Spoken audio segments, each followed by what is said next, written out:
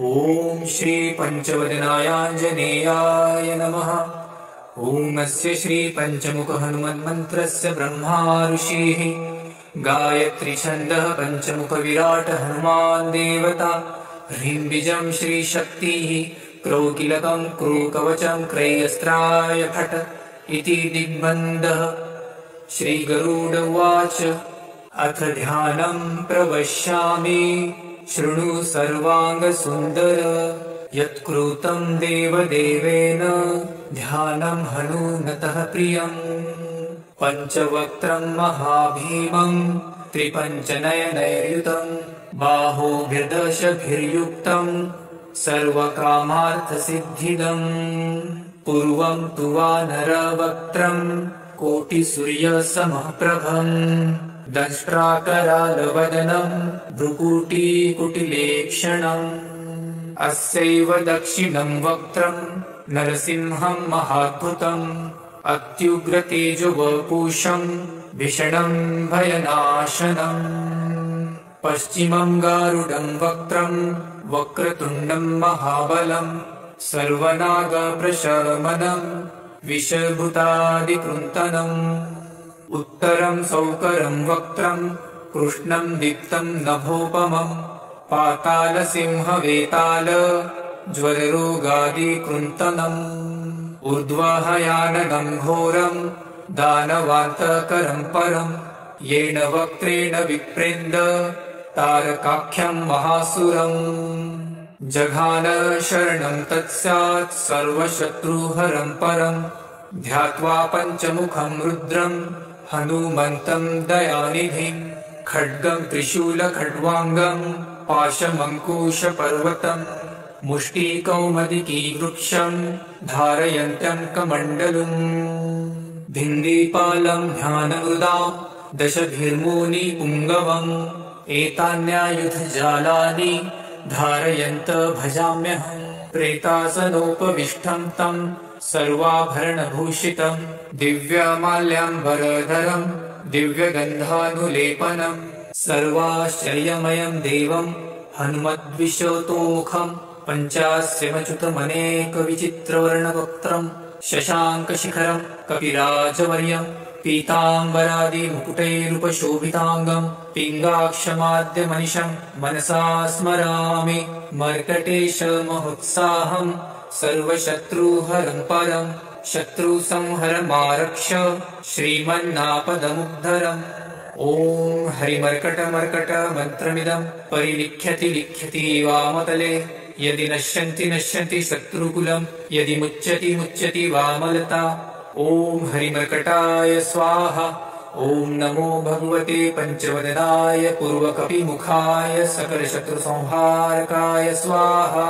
ॐ नमो भगवते पञ्चवदनाय दक्षिणमुखाय करालवदनाय नरसिंहाय सकलभूतप्रमथनाय स्वाहा। ॐ नमो भगवते पञ्चवदनाय पश्चिममुखाय गरुडाननाय सकलविषहराय स्वाहा। ॐ नमो भगवते पञ्चवदनायोत्तरमुखायादिवराहाय सकलसम्पत्कराय स्वाहा। ॐ नमो भगवते पञ्चवदनायोर्ध्वमुखाय हयग्रीवाय सकलजनवशङ्कराय स्वाहा। ॐ अस्य श्री पंचमुख हनुमन्मन्त्रस्य श्रीरामचन्द्र ऋषिः अनुष्टुप्छन्दः पंचमुखवीर हनुमान् देवता। हनुमानिति बीजं वायुपुत्र इति शक्तिः अञ्जनीसुत इति कीलकम्। श्रीरामदूत हनुमत्प्रसाद सिद्ध्यर्थे जपे विनियोगः इति ऋषादिकं विनश्येत। ॐ अञ्जनीसुताय अङ्गुष्ठाभ्यां नमः। ॐ रुद्रमूर्तये तर्जनीभ्यां नमः। ॐ वायुपुत्राय मध्यमाभ्यां नमः। ॐ अग्निगर्भाय अनामिकाभ्यां नमः।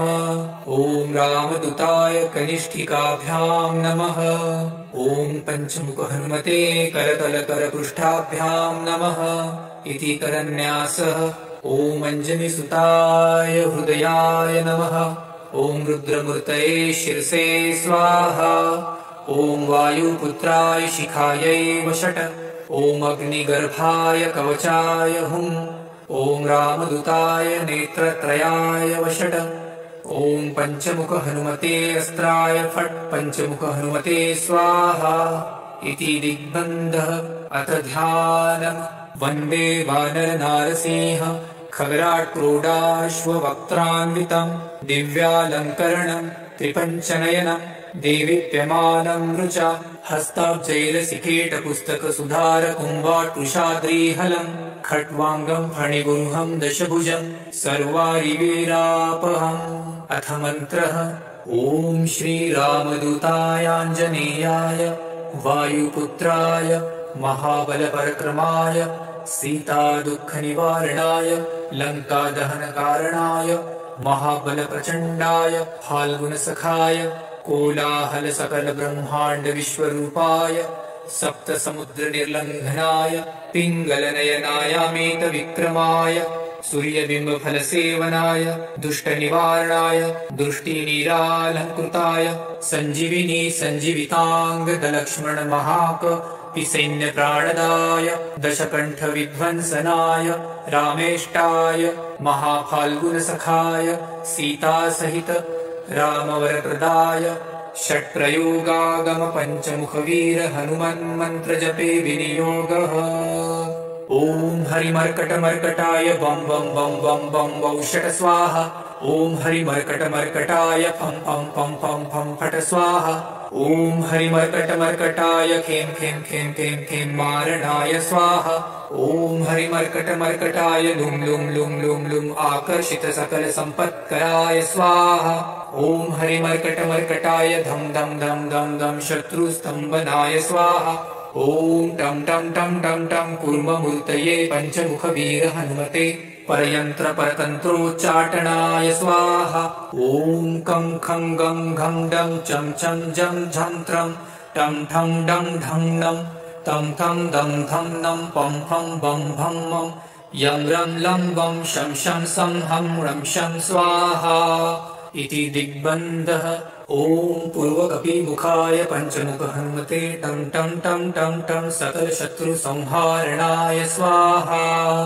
ॐ दक्षिणमुखाय पञ्चमुख हनुमते करालवदनाय नरसिंहाय ॐ ह्रां ह्रीं ह्रूं ह्रैं ह्रौं ह्रः सकलभूतप्रेतदमनाय स्वाहा।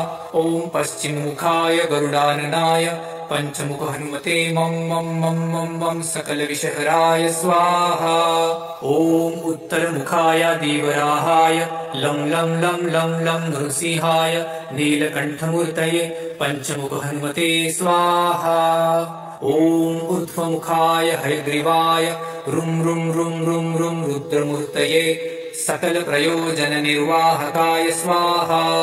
ॐ अञ्जनिसुताय वायुपुत्राय महाबलाय सीताशोकनिवारणाय श्रीरामचन्द्रकृपापादुकाय महावीर्यप्रमथनाय ब्रह्माण्डनाथाय कामदाय पञ्चमुखवीर हनुमते स्वाहा।